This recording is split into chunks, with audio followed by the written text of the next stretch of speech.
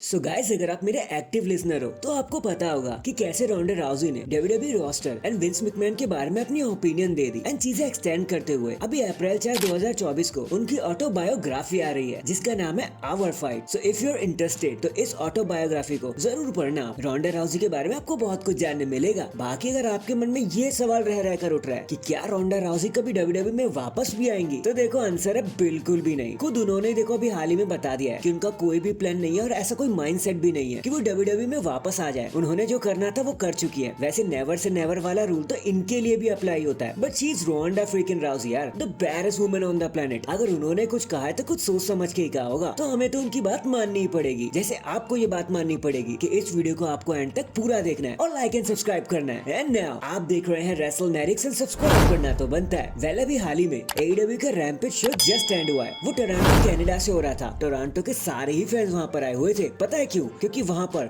To of the best Canadians एक दूसरे से लड़ रहे थे for the TNT championship. Adam Copeland versus Christian Cage एक आई क्विट मैच में। एंड गाइस, क्या ही भयंकर मैच था ये। मुझे तो कसम से घूसबम्स आ गए। अगर आपने नहीं देखा इस मैच को तो प्लीज अभी जाओ इस मैच को चेकआउट करो। आपको खुद यकीन नहीं होगा कि इस एज में इन दोनों सुपरस्टार्स, इन दोनों लेजेंड ने इतना बेहतरीन ब्लडी परफॉर्मेंस दी है। भाई आपका दिमाग हिलकर रह जाएगा कि भाई आप करना क्या चाहते हो। स्टील चेयर, स्टील स्टेप्स, जो मिला सब चटका दिए इन्होंने एक दूसरे पर। बट इन दी एंड अगर हम रिजल्ट की बात कर ले तो एडम कॉपलैंड बड़ी आसानी से तो नहीं लेकिन बहुत मशक्कत करके अपने दोस्त को हरा देते हैं और मैच जीत जाते हैं और बन जाते हैं the new TNT AEW champion. So #congratulations Adam. और प्लीज इस मैच को देखना जरूर। मेरी बातें तो आपने सुनी ली होंगी लेकिन फिर भी इस मैच को देखना तो बनता है। नेक्स्ट भले ही रेसलमेनिया के दोनों ही मेन इवेंट्स फैंस को पागल करने के लिए एकदम काफी हो, but on the other hands कुछ फैंस तो यार नाराज ही हो गए हैं WWE की बुकिंग देखकर कि भाई आखिर चली क्या रहा है। फैंस तो ये कह रहे हैं कि रेसलमेनिया सीजन उस तरीके का फील नहीं हो रहा जैसे कभी हुआ करता था। उनका मानना है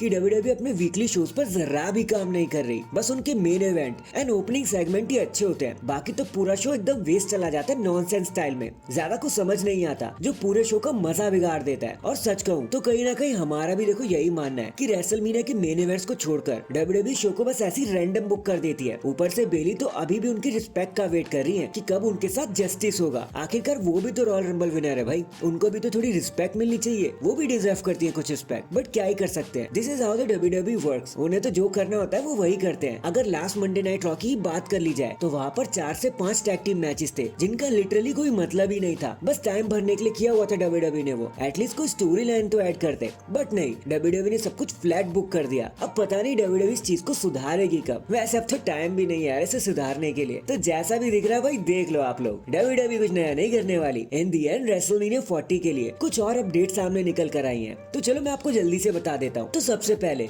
पर नाइट आपको 7-7 मैच देखने को मिलेंगे। मतलब दोनों नाइट को मिलाकर 14 मैचेस WWE ने फाइनल किए रेसलमेनिया के लिए, जिनमें से 11 मैचेस तो मैच कार्ड पर ऐड किए जा चुके हैं और 2 से 3 मैच अब बस और ऐड होंगे। उससे ज्यादा कुछ नहीं होगा। और ये 14 मैचेस में से सिर्फ 4-5 ही मैच ऐसे हैं जो कंप्लीट सेट्स बना रहे हैं, बाकी तो सब टाइम फिलिंग आपको देखने मिलेगा। और रही बात कुछ स्पेशल करने की, तो WWE बहुत सारे स्पेशल एंट्रेंसेस प्लान कर रही है, वो भी सिर्फ रैंडम स्टार्स के लिए, मतलब 1-2 स्टार्स के लिए। उन स्टार्स के नाम है Seth Rollins, Cody Rhodes, the rock and Drew McIntyre. सिर्फ यही ऐसे कुछ स्टार्स हैं जिनके लिए WWE एक्चुअल कुछ स्पेशल एंट्रेंस प्लान कर रही है। बस इन्हीं को मिलेगा जो मिलेगा, बाकी सब तो बस ऐसे यूजुअल तरीके से आ जाएंगे। So that is it guys, आज के लिए तो बस इतना ही। आप मुझे बताना आप किस स्पेशल एंट्रेंस के लिए सबसे ज्यादा एक्साइटेड हो, कमेंट करके जरूर बताना। एंड चैनल पर नया है तो चैनल को जल्दी से लाइक एंड सब्सक्राइब कर दो। बाकी मैं मिलता हूँ आपसे किसी और अपडेट के साथ। तब तक के लिए अपना ख्याल रखें और खुश रहें।